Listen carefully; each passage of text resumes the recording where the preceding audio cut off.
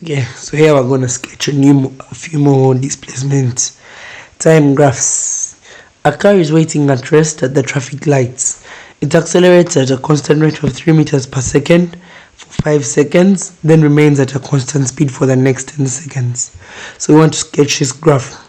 So the car, we need to label our axis. This is a displacement time graph. So 0, this is time and it's in seconds. And this is displacement in meters. So the car is waiting at rest at the traffic lights. Okay, so that means it's right there at the traffic lights. So if we took the traffic lights as our 0 displacement, that means at time 0 it must be a displacement 0 somewhere there. Yeah, and then what happens? It accelerates at a constant rate of 3 meters per second for 5 seconds.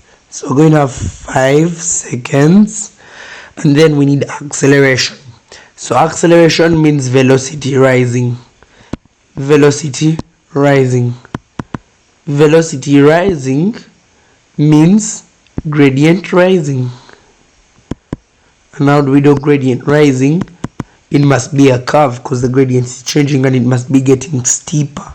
So it should look something like that, getting steeper and steeper basically, and that will be your for the first 5 seconds. Now we need to figure out the displacement at those first 5 seconds. Let's calculate it. We're going to use the Suvat equations. So Suvat, okay, so it's initially at rest, so initial velocity is 0, accelerates at 3 for 5 seconds, and we need to figure out the displacement. So how do we figure out the displacement? We're going to use S equals ut plus a half at squared. So which will be 0 times 5 plus a half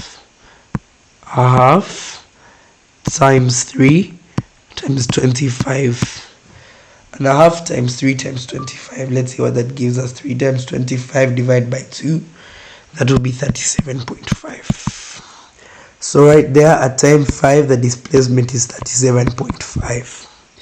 And then the next thing we have, it tells that there's constant speed for the next 10 seconds. Constant speed. Constant speed, remember speed is the gradient of this graph. So if the speed is constant, the gradient must be constant. Or in other words, we're going to have a line.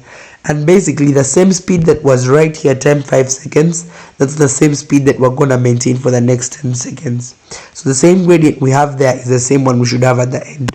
So let me just redraw this a little bit more again, once again. So we have the curve, and then we have a straight line. Something of that sort. Just make it clear that right here at the bottom it was initially flat, and then it started increasing in gradient. Something that looks like that, and then stays consistent. Then, yep, and it's kind of like a tick. And then we need to label our time. So they said it stays at this constant speed for 10 seconds, but we shouldn't put here 10 because we should add 10 to 5 because the constant speed should be 10 whole seconds. So this should be 15.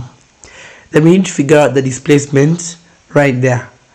So we can use the equations again of constant acceleration. So SUVAT, constant speed for 10 seconds, right? And the acceleration is 0. Now we need to find the final velocity. How can we find the final velocity? We need to first go back to our initial formula. The initial Suvat formula for the first part. So it accelerates at 3 for 5 seconds and the initial is 0. So we need to first of all find the final velocity, because the final velocity at 5 seconds will be the initial velocity for the next 10 seconds. So the speed after it accelerates, that's the speed that it will use when it's at a constant speed. So we're going to use, to find the final velocity, we're going to use V equals U plus AT. And if we substitute, you will get 15. So the final velocity at time 5 is 15, and that 15 will be the initial velocity for the next 10 seconds. But we don't need the velocity, we're looking for displacement. So we go back and do that once again. We find the displacement. What formula can we use here? you can use S equals UT plus half AT squared, which is equal to 15 times 10 plus half times 0 times 10 squared. And this actually all cancels out to give us 0, and this will be 150. But we can't just put 150 there, because that 150 is how much distance is covered after 37.5.